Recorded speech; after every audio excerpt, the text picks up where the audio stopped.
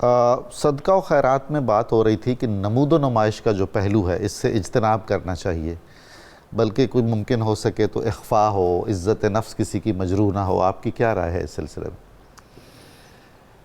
جیسا کہ قرآن مجید فرقان حمید میں دونوں پہلو ذکر کیے گئے کہ صدقہ و خیرات کو سرًا بھی کیا جا سکتا ہے اور اعلانیتاً بھی کیا جا سکتا ہے.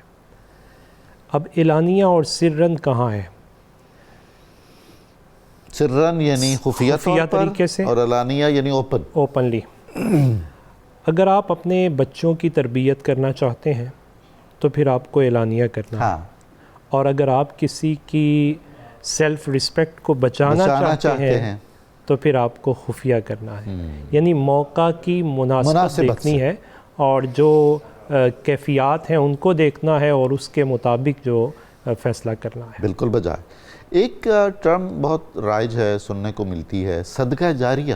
جی، وہ کیا چیز ہوتی ہے اور اس کا اسپرٹ کیا ہے؟ صدقہ جاریہ کا مطلب یہ ہے کہ کسی ایسی، ہم چونکہ دنیا میں چیزیں اس جگہ انویسٹ کرتے ہیں کہ جو لانگ ٹرم چلتی ہیں، اسی طرح اللہ تعالیٰ کے راستے میں جب انسان کچھ دینے لگتا ہے اور کسی جگہ وہ خرچ کرنے لگتا ہے تو اسے کوئی ایسا راستہ اختیار کرنا چاہیے جو لانگ ٹرم چلے. جی ہاں، وہ علم کا راستہ بھی ہو سکتا ہے.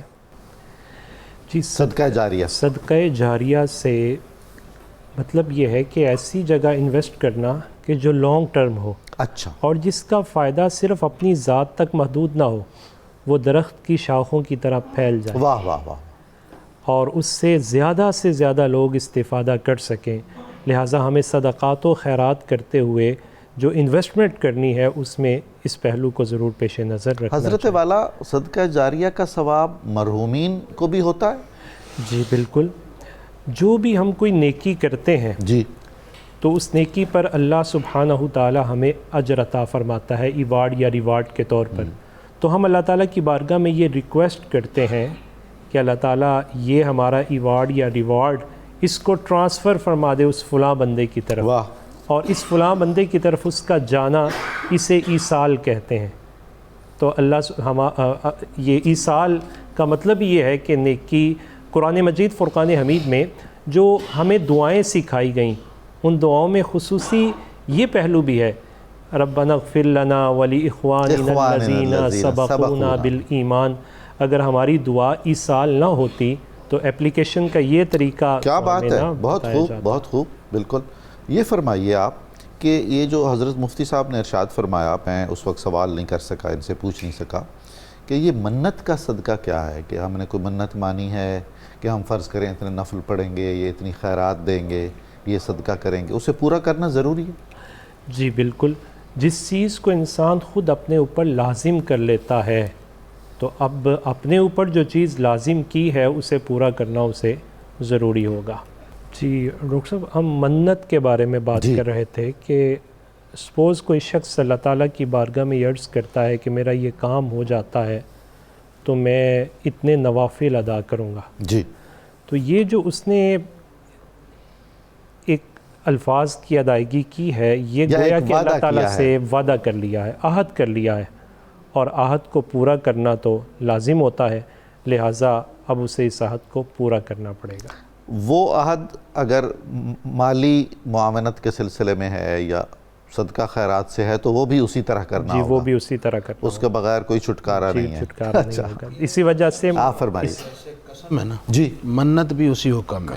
اچھا، جو قسم توڑ دی تو کفارہ لازم ہے، منت مان کر پوری نہ کی تو اس پر بھی کفارہ لازم ہوتا. کفارہ کیا ہوگا؟ کتنا ہوگا؟ قسم والا یعنی کہ وہ 10 مسکینوں کو 2 وقت کا کھانا کھلا دے یا 10 مسکینوں کو لباس دے دے. اچھا. اور اگر اس کی استطاعت نہیں رکھتا تو 3 دن کا روزے رکھ لے. یہ تو بڑی سہولت ہو گئی. اللہ تعالیٰ کتنا کریم اور رحیم ہے کہ اس نے یہ رشتے عطا فرمائے ہیں. اسی وجہ سے یہ بھی کہا گیا کہ اپنی کیپیسٹی میں رہ کے اپنے اوپر چیز کو لازم کرنا. واہ واہ واہ. بالکل. وہ ہے نا لا یکلف اللہ، وہ بھی ہے. بالکل. آپ سے کوئی ان دنوں کسی نے کوئی زکوٰۃ کا مسئلہ پوچھا ہو بڑا خاص؟ جی زکوٰۃ کے حوالے سے جو اسپیشلی ابھی مسئلہ یہ کہ جو وراثت میں مال آتا ہے جی انہیریٹنس کے طور پر جو مال آتا ہے تو اس پر زکوٰۃ کا کیا حکم ہے؟ تو جواب اس کا یہ ہے کہ جب تک وہ وراثت، پہلی بات تو یہ ہے کہ اس کا قبضہ ہونا ضروری ہے. سپوز اچھا لاکر میں موجود ہے، وراثت میں تو آ گیا لیکن ابھی اس کا قبضہ وہاں نہیں ہے، تو جب تک قبضہ نہیں ہوگا اس وقت تک اس پر زکوٰۃ لازم نہیں ہوگی. اسی طرح وراثت کا جو مال اس کی طرف منتقل ہوا ہے، ابھی اس کی نیت کا اعتبار جو ہے وہ بعد میں ہوگا، اچھا. لہٰذا اس پر بھی ابھی زکوٰۃ نہیں ہوگی.